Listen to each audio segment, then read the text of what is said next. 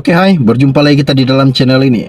Oke, baiklah, pada hari ini apa yang saya ingin kongsikan kepada Anda berkaitan dengan isu-isu panas, isu-isu yang tergempar, yang terhangat, yang baru saja saya dapat lebih kurang 20 menit yang lepas. Dan seperti mana juga kita telah pun mengetahui bahawa Timbalan Perdana Menteri Zahid Hamidi yang mengalami 47 kes tuduhan rasuah, pengubahan dan sebagainya.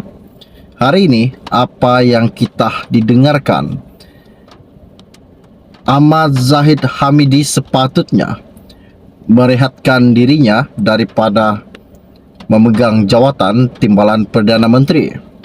Apa yang dikatakan Timbalan Presiden Bersatu Ahmad Faisal Azumu, Timbalan Perdana Menteri Anwar Ibrahim sepatutnya direhatkan daripada tugasnya sebagai Timbalan Perdana Menteri Kerajaan Perpaduan di bawah pimpinan Anwar Ibrahim. Apa yang mengejutkan hari ini, Faisal Azumu semakin tidak berpuas hati dengan tindakan jawatan yang disandangkan oleh Zahid Hamidi dan tidak berpuas hati kepada keputusan Anwar Ibrahim melantik Zahid Hamidi sebagai Timbalan Perdana Menteri 1 Kerajaan Perpaduan. Oke, baiklah. Sebelum saya meneruskan isu yang menggemparkan, yang menakjubkan pada hari ini, mohon kiranya bantu saya tolong tekan butang subscribe dan bantu juga tolong sharekan video ini. Hari ini isu yang tergempar yang saya dapat daripada Malaysia kini, ianya berkata, rehatlah Zahid.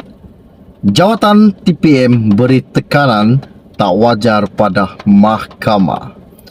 Dan izinkan saya untuk membaca artikel ini.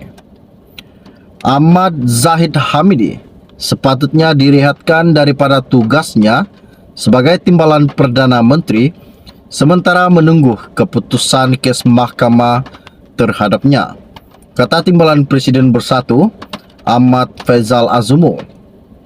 Ini kerana jawatan Zahid dalam kerajaan semasa dia menjalani prosiding rasuah memberi tekanan yang tidak wajar kepada mahkamah. Katanya Faisal, bagi memastikan perbicaraan kes di mahkamah diselesaikan tanpa kelewatan atau gangguan, Ahmad Zahid Hamidi digesa direhatkan dari tugasnya sebagai Timbalan Perdana Menteri.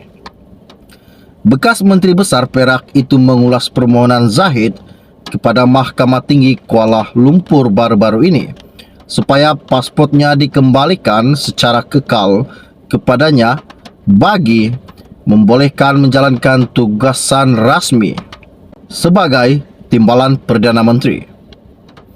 Dalam afidavit menyokong permohonan itu, Zahid yang juga Menteri Pembangunan Luar Bandar dan Wilayah berkata dia telah diberi mandat oleh Perdana Menteri Anwar Ibrahim untuk mewakili dalam beberapa urusan pentadbiran.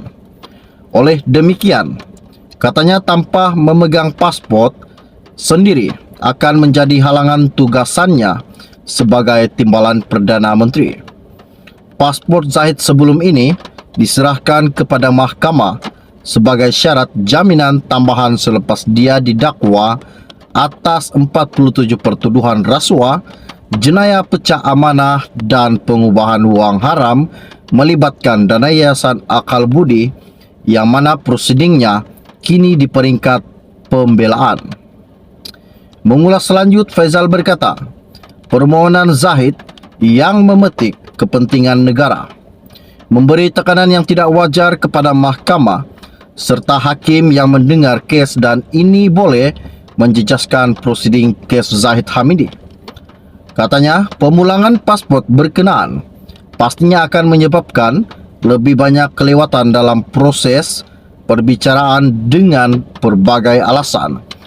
Tugasan seterusnya akan mengambil masa lebih lama untuk diselesaikan.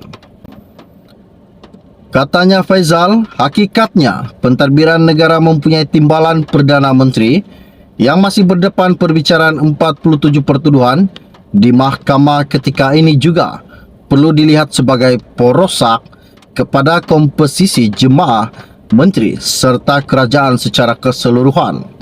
Ia juga satu penghinaan kepada majoriti pengundi dalam pilihan raya umum ke-15 yang mengharapkan sebuah kerajaan bersih, telus dan berintegriti, kata Faizal.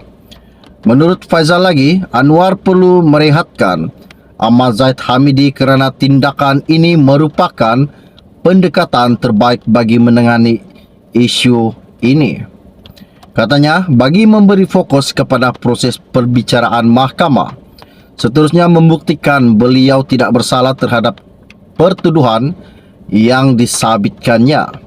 Tindakan itu bagi menjamin sistem kehakiman negara yang bebas dan adil selain menjamin perbicaraan yang telus tanpa sebarang campur tangan dan penangguhan, kata bekas ahli parlimen Tambun itu. Isu ini sangat menakjubkan. Jadi sebelum anda meninggalkan channel ini, jangan lupa bantu saya, tolong tekan butang subscribe dan tolong sharekan video ini. Jadi setakat itu info ringkas dari saya untuk anda pada hari ini. Kita akan berjumpa lagi. Salam jumpa dan salam kenal. Bye-bye. Berjuta-juta rakyat Malaysia, berjuta-juta rakyat Sabah, berjuta-juta rakyat Sarawak, seluruh dunia, seluruh di Malaysia. Apa yang dikatakan Rafizi? Mana janji Rafizi? Menurunkan harga barang, mengurangkan harga barang. Namun harga barang tetap kekal, tetap akan naik. Pengusaha-pengusaha restoran, pembekal-pembekal bahan mentah menaikkan harga ayam, harga telur dari 10% hingga 40%. Itu bukan membantu rakyat, itu membunuh rakyat. Baru-baru ini ada satu isu yang saya telah baca di media sosial. Saya ambil daripada Agenda Daily. Ianya berkata, mungkinkah ini satu petanda bahawa Rafizi terkena sihir UMNO? Apakah yang dimaksudkan dengan terkena sihir UMNO kepada Rafizi? Dan apa yang Rafizi telah lakukan? Sampaikan ianya dikatakan terkena sihir UMNO.